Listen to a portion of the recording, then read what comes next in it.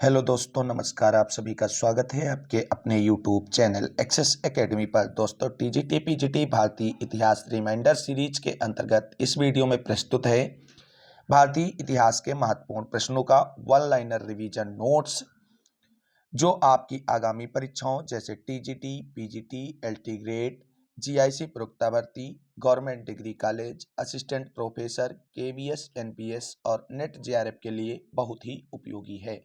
दोस्तों, आज की इस वीडियो में हम प्राचीन भारत के इतिहास से संबंधित महत्वपूर्ण तथ्यों के अंतर्गत विविध तथ्यों से संबंधित महत्वपूर्ण वन लाइनर प्रश्नों का पार्ट 3 देखेंगे। तो आइए साथियों, शुरू करते हैं आज का वीडियो और देखते हैं आज के वीडियो का पहला प्रश्न। तो आज का पहला प्रश्न है, सही सुमेलित तथ्यों से संबंधित है, जिसमें एक तरफ राजा और दूसरी तरफ उनसे संबंधित राज्यों के नाम दिए गए हैं। तो ब्रह्मदत्त नरेश जो है उनका राज्य काशी था। जरासंध मगध का शासक था, वहीं जन्मेजय जो है वो कुरु राज्य का शासक था। अश्वपति केकय राज्य का राजा या शासक था। अब देखते हैं अगला प्रश्न है, प्राचीनतम उपलब्ध भारतीय सिक्के किस धातु के बने होते थे? तो प्राचीनतम उपलब्ध भारतीय सिक्के तांबा और चांदी से बने होते थे। अगला प्रश्न है, भारतीय ज्योतिष शास्त्र में रोमक सिद्धांत किस ओर संकेत करता है? तो भारतीय ज्योतिष शास्त्र में रोमक सिद्धांत यूनानी प्रभाव की ओर संकेत करता है। अब देख लेते हैं आगे कुछ सुमेलित तथ्य, जिसके अंतर्गत शासक और उनसे संबंधित शिलालेखों के बारे में जानकारी दी गई है। तो ये सारे तथ्य सही सुमेलित हैं।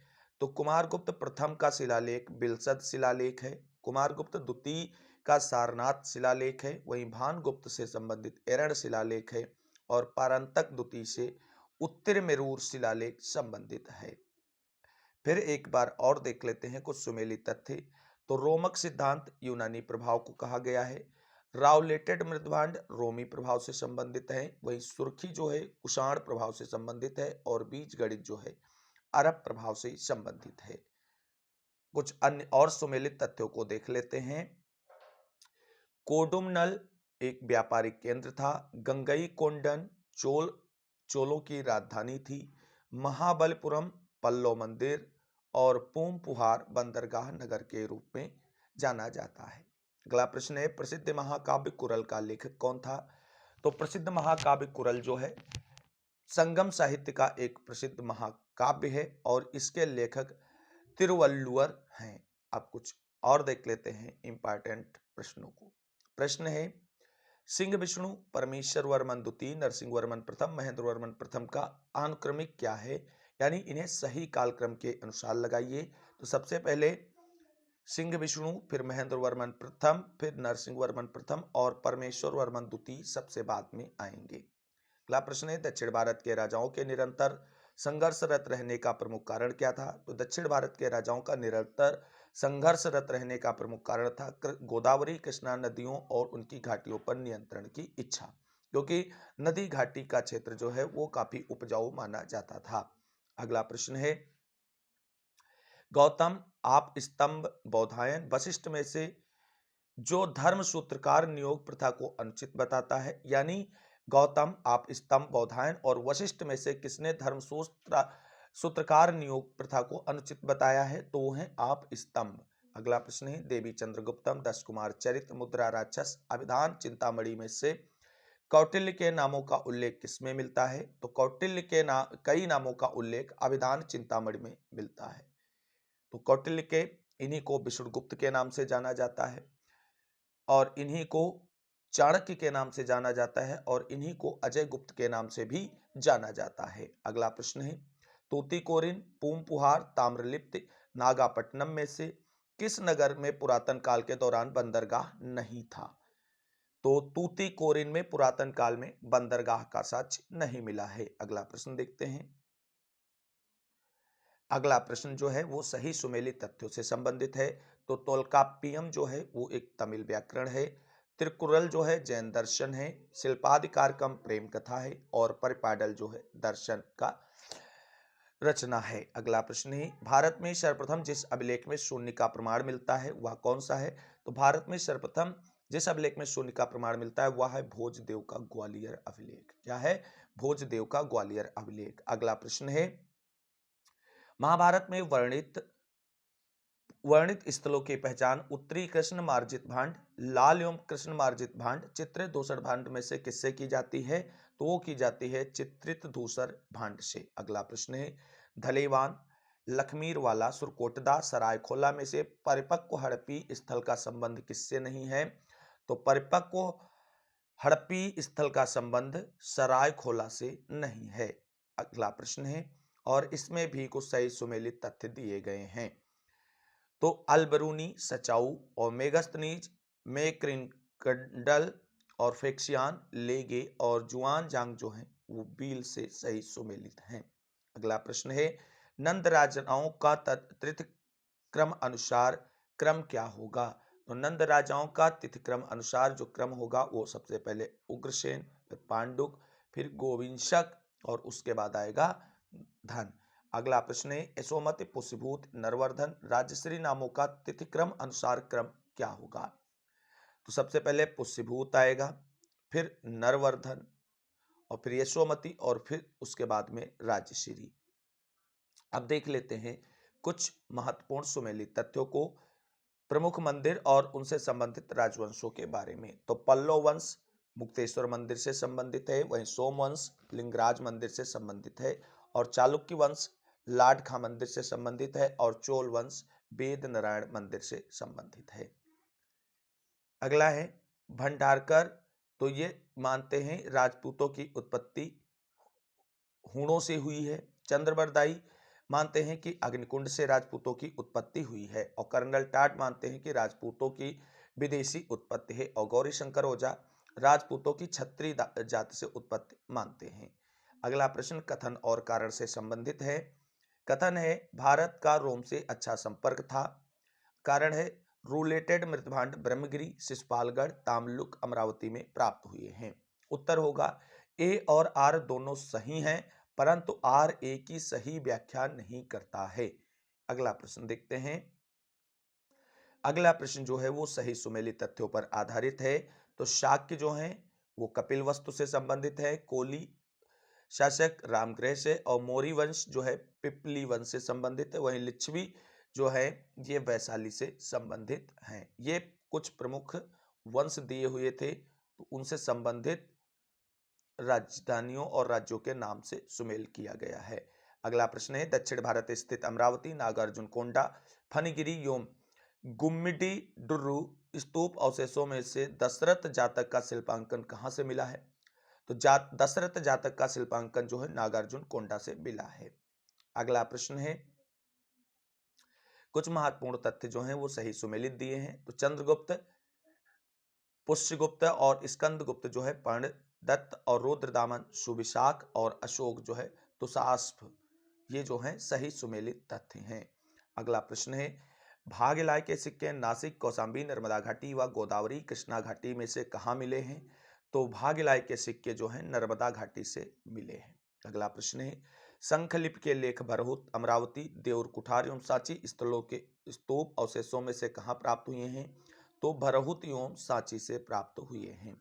अगला प्रश्न है, विशाख दत्त लिखित विलुप्त नाटक देवी चंद्रगुप्तम के अंश उपलब्ध हैं? तो श्रृंगार प्रकाश में उपलब्ध हैं। अगला प्रश्न है, मंदिर स्थापत्य की चंदेल, प्रतिहार, सोलंकी एवं परमार क्षेत्रीय शैलियों में द्वार स्तंभों पर नाग शाखा उत्कीर्ण करना किसकी विशेषता है? तो प्रतिहारों की विशेषता है।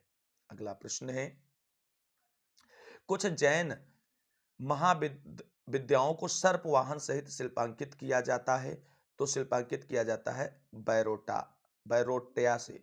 अगला प्रश्न है, शनि, राहु, केतु एवं मंगल में से पशु मानव सर्प रूप में किसे शिल्पांकित किया जाता है? तो केतु को शिल्पांकित किया जाता है। अगला प्रश्न है जो है, कुछ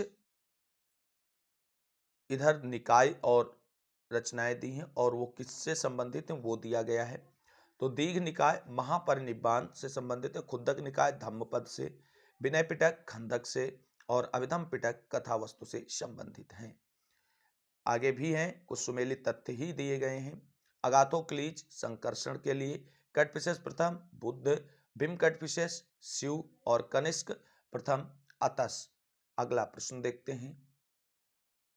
अगला प्रश्न है, सोमेश्वर का मानसो उल्लास, हर्षचरित पर शंकराचार्य की टीका, शंकरार्य की टीका, अबुल हसन अली का मजमत उल तवारीख, अमोघ वर्ष का संजान, ताम्रपत्र में से रामगुप्त संबंधी परावर्ती साक्ष्य कहाँ नहीं मिलते हैं? तो सोमेश्वर का मानस उल्लास से जो है रामगुप्त संबंधी परावर्ती साक्ष्य नहीं मिलते हैं। अगला प्रश्न है, नाथ मुनि ने अलवार कविताओं का संग्रह किस ग्रंथ में किया है? तो वो किया है नल इर दिव्य प्रबंधम में। अगला प्रश्न है, रुद्रमा देवी किस वंश राजवंश की रानी थी? तो वारंगल के काकतीय वंश की रानी थी। अगला प्रश्न है, जो सुमेलित तथ्यों पर आधारित है कि कीर्तिवर्मन तो वातापी से संबंधित हैं, वहीं सिंह विष्णु कांचीपुरम से, दंतिवर्मन मान्यखेट से और विजयालय तंजौर से संबंधित हैं। अगला प्रश्न है, पंच सिद्धांतिका, विष्णु धर्मोत्तर पुराण, पंचतंत्र एवं नाट्यशास्त्र नामक प्राचीन साहित्य ग्रंथों में से चित्रकला संबंधित एक स्वतंत्र अध्याय किसमें वर्णित है?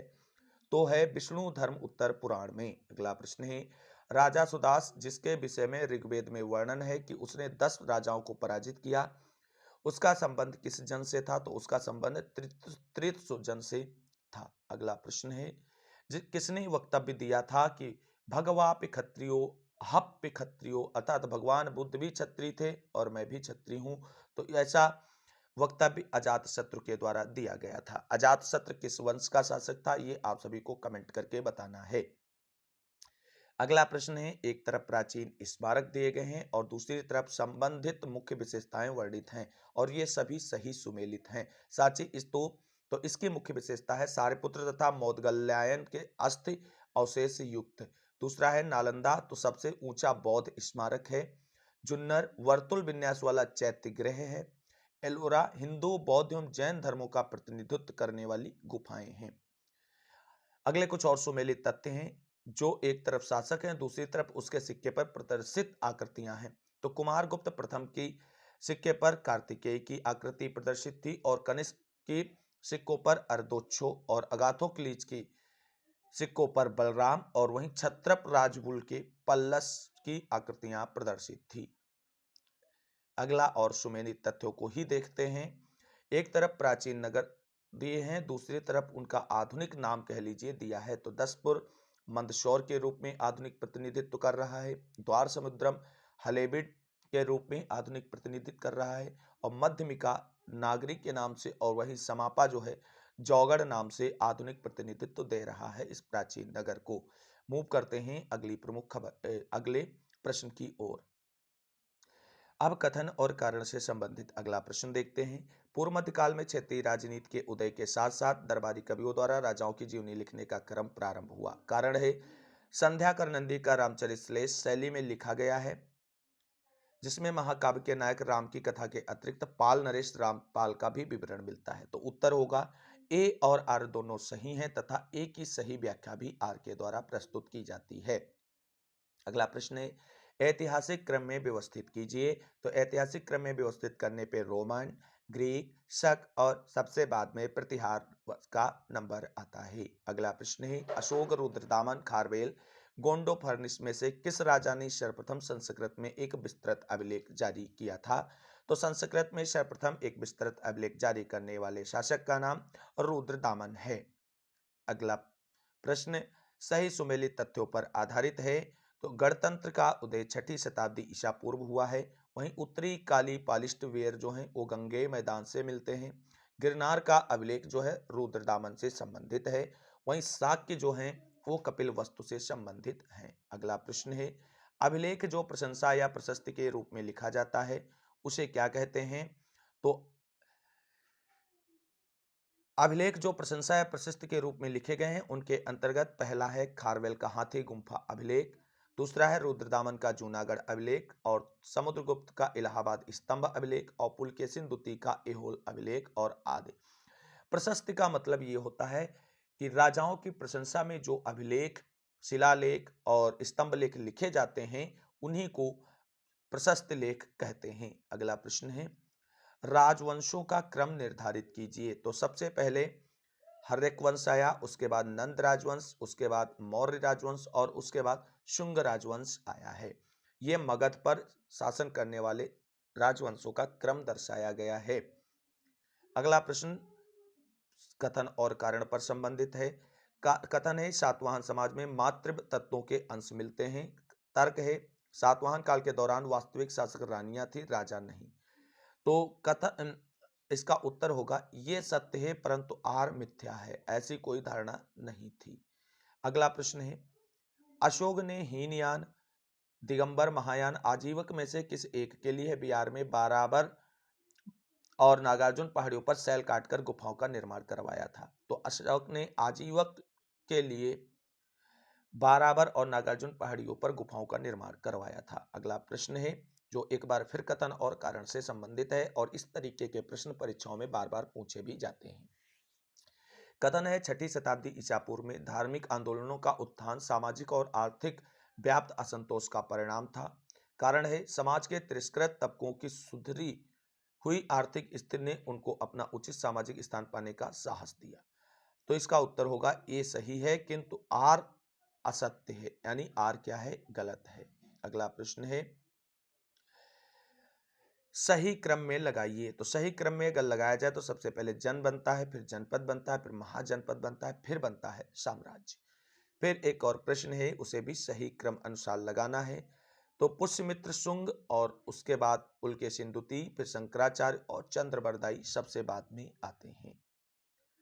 अब कुछ शब्दावलियां और उनसे संबंधित तथ्यों से सुमेलित तथ्य देख लेते हैं। तो नियोग जो है वो ऋग्वेद से संबंधित है। आहत सिंह के जो हैं वो प्रारंभिक इतिहास काल से संबंधित हैं। अगला प्रश्न देखते हैं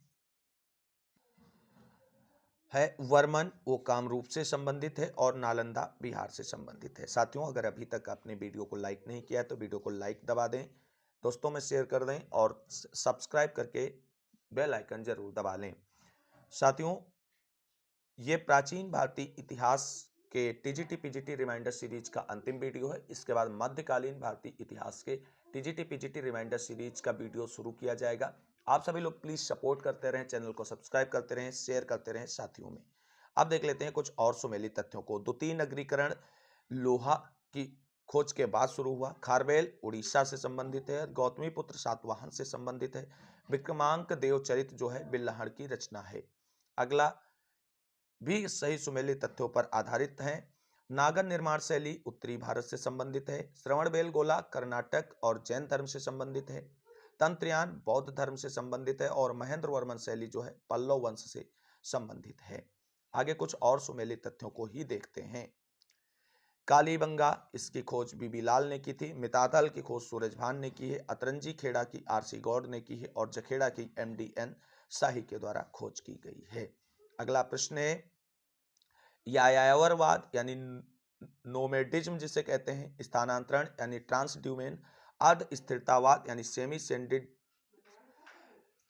सेडेंटिज्म तथा स्थिरतावाद यानी सेडेटिज्म में से स्थायी निवास का द्योतक या परिचायक कौन है? तो स्थिरतावाद जो है स्थायी निवास का द्योतक या परिचायक है। फिर कुछ सुमेलित तथ्यों को ही देख लेते हैं। अयस कैसा है? संस्कृत भाषा का शब्द है। एस लैटिन भाषा का शब्द है। अमरी अवेस्ता है और आयरन इंग्लिश। अगला प्रश्न है वो भी सही सुमेलित तथ्य हैं। तो जूनागढ़ अभिलेख रुद्रदामन से संबंधित है। लौह स्तंभ अभिलेख चंद्रगुप्त द्वितीय से। बांसखेड़ा अभिलेख हर्षवर्धन से संबंधित है और एहोल अभिलेख पुलकेशिन द्वितीय से संबंधित है।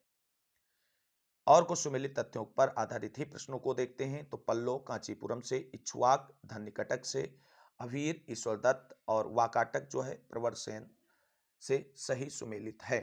अगला प्रश्न है दक्षिण भारत का जो नगर मध्यकाल में धातु जड़ाई के लिए प्रसिद्ध था तो वो है तंजौर। तो साथियों ये था टीजीटी पीजीटी रिमाइंडर सीरीज के अंतर्गत प्राचीन भारतीय इतिहास के महत्वपूर्ण प्रश्नों के वन लाइनर रिवीजन नोट्स का आज अंतिम वीडियो। इसके बाद मध्यकालीन भारतीय इतिहास के टीजीटी पीजीटी रिमाइंडर सीरीज के प्रश्नों का वीडियो सीरीज शुरू की जाएगी। उम्मीद करते हैं जो चैनल के माध्यम से प्रयास किया जा रहा है आप सभी के आगामी परीक्षाओं TGT PGT LT grade assistant professor GIC भर्ती परीक्षा government degree college KVS NBS और नेट जेआरएफ की परीक्षाओं के लिए काफी हेल्पफुल साबित होगी।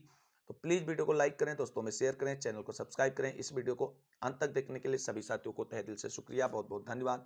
मिलेंगे अगली वीडियो में, तब तक के लिए सभी साथियों को जय हिंद, जय भारत, वंदे मातरम। आप सभी साथियों का दिन शुभ हो।